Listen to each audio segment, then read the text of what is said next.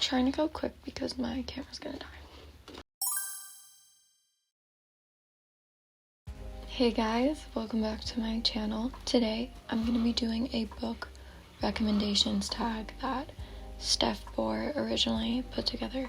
So I'll link hers down below, but I'm sure you've already watched it. It's like a series of 15 questions, and for each question you recommend a book. First question is a book that you tell people is your favorite. So also sorry if I repeat some of the books that I talked about in my favorite romance video, because I do read a lot of romance, so there might be some repeats. This is currently the book that I tell people is my favorite book. This was the second book I read this year, and it's a romance book. I'm not going to talk too much about it because I talked a lot about it in other videos, but this book is about a couple and they both suffer from mental illness, and it's about their struggles with their mental illness and how it affects their relationship. Next is a book that is your guilty pleasure. So I picked two: The Love Hypothesis by Ali Hazelwood and From Lugov with Love by Mariana Zapata. I picked these because they're both like fun, lighthearted romance books. Yeah, I would say they're like a guilty pleasure. Whenever I'm in a reading slump, I make sure to pick up a fun romance because it always gets me out of a slump. Okay, next is a book that everyone loved but you didn't. So obviously I picked a Colleen Hoover book. It Ends With Us by Colleen Hoover. I think I first read this in 2021, and then I reread it recently so that I could read It Starts With Us, and I don't remember like hating this the first time I read it, but like the second time around it was not good. And then I didn't think It Starts With Us. I didn't like that either, so sorry, not a fan. Next is a book that you read the fastest. So I think this is the book I've read the fastest. It's The Simple Wild by K.A. Tucker. I talked about this in my favorite romance books video. Sorry, but I just really love this book. I remember I like could not put it down. I loved the chemistry between the characters, and yeah, and I immediately bought the second two books. Like, I think while I was still reading this, I bought the second book because I knew I needed it right away. So this is such a good romance. Okay, next is a book that deserves more hype. So I picked Taylor Jenkins Reid, After I Do. I also have talked about this. Obviously, Taylor Jenkins Reid is a big name. She has a lot of good books. Most people know her for Daisy Jones and The Six, and then The Seven Husbands. But honestly, this is probably my like third favorite by her. It's a romance book, but it's kind of like a more sad, realistic romance. It's about a married couple that falls out of love with each other, and like if they're willing to rekindle what they had or if they're gonna get a divorce. I thought it was really interesting, and the characters were really well developed, so highly recommend. This deserves more hype. A book that's becoming a TV show or movie. Yeah, I love this book so much, and it's becoming a movie, which I'm kind of worried about because I feel like it would be better if it was a TV show adaptation like Daisy Jones and the Six. So this is becoming a movie. I'm excited to see how it turns out. I'm sure a lot of you have read this. It's amazing.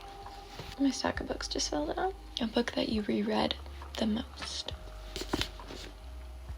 I just love Taylor Jenkins Reid. What can I say? No, but this is the only book I've ever read twice. Like I don't really reread books. And the only reason I reread this is because I wanted it to be fresh in my mind before the show came out. So I recently reread this. Still just as good as it was the first time around. Okay. A book from a genre you don't typically read. So I talked about these books in my first YouTube video, I think. These are fiction, but they're magical realism, which is something I don't typically go for, and I really enjoyed it. My favorite was the second out of the three. It's basically about a cafe in Tokyo that people go to, and they can travel back in time or they can travel to the future, and it's like kind of little short stories about how people travel back in time and like why they do it. It's really interesting. It was cool. What number am I on? Oh, a book that deserves all the hype it gets.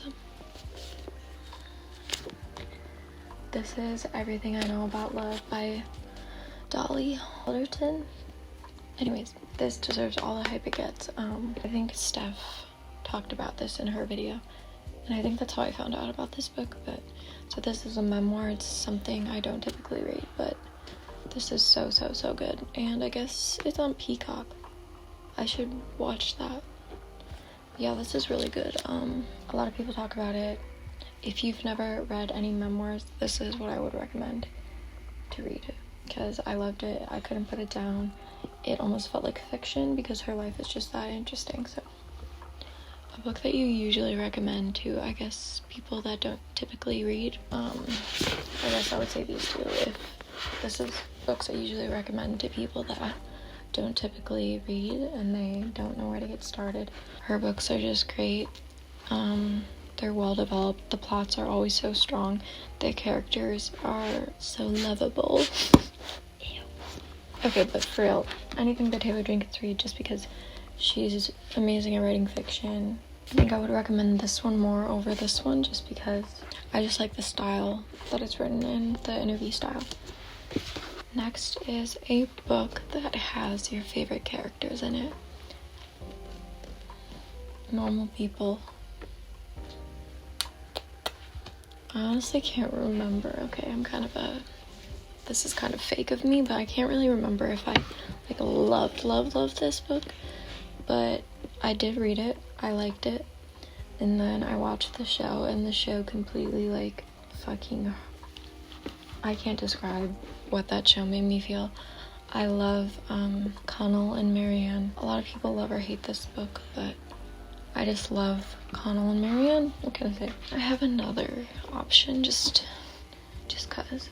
So I've talked about this before, but so the Dreamland Billionaire series, I'm gonna say this, just the series in general, but mainly this book as well, because I just like this brother the most. This is Declan, and I just think it's cool that they own a equivalent to Disneyland, and the three brothers in this book are a part of the company, and they inherit money from their grandfather because he passed away. Yeah, but this one's about Declan and his assistant Iris, and they end up getting married. That's marriage of convenience. So yeah, this whole series, I love all the characters in it, and I love the brothers, even though they're they're grumpy sunshine, I guess. A book you wish you could live in. So I do wish I could live in this. I mean, who wouldn't? It just sounds so fun. I've talked about this for multiple questions, so I'm not gonna get into it, but I have another option, Malibu Rising. I just enjoy the family in this book, and I feel like it would be cool to be part of their family. So if you're interested, look it up, I guess. But this is another Taylor Jenkins Reid book. It follows a famous family. They're all kind of famous. I think in the 70s. No, in the 80s. A book you thought you would hate, but you ended up loving.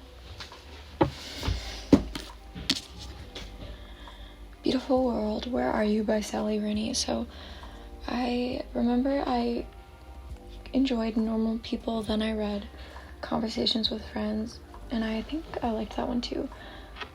Or maybe it was I didn't really enjoy Normal People, and I was like, I don't know if I'm gonna enjoy this, because I didn't really enjoy her writing that much.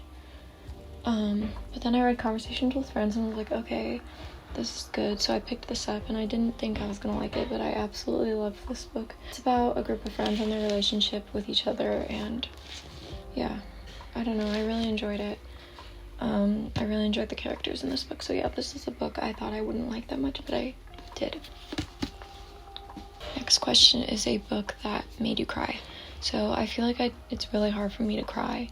Actually, I haven't cried while reading a book until this book, and I actually just read this book. I didn't full on bawl my eyes out, but I definitely shed some tears. So this is Crying in H Mart.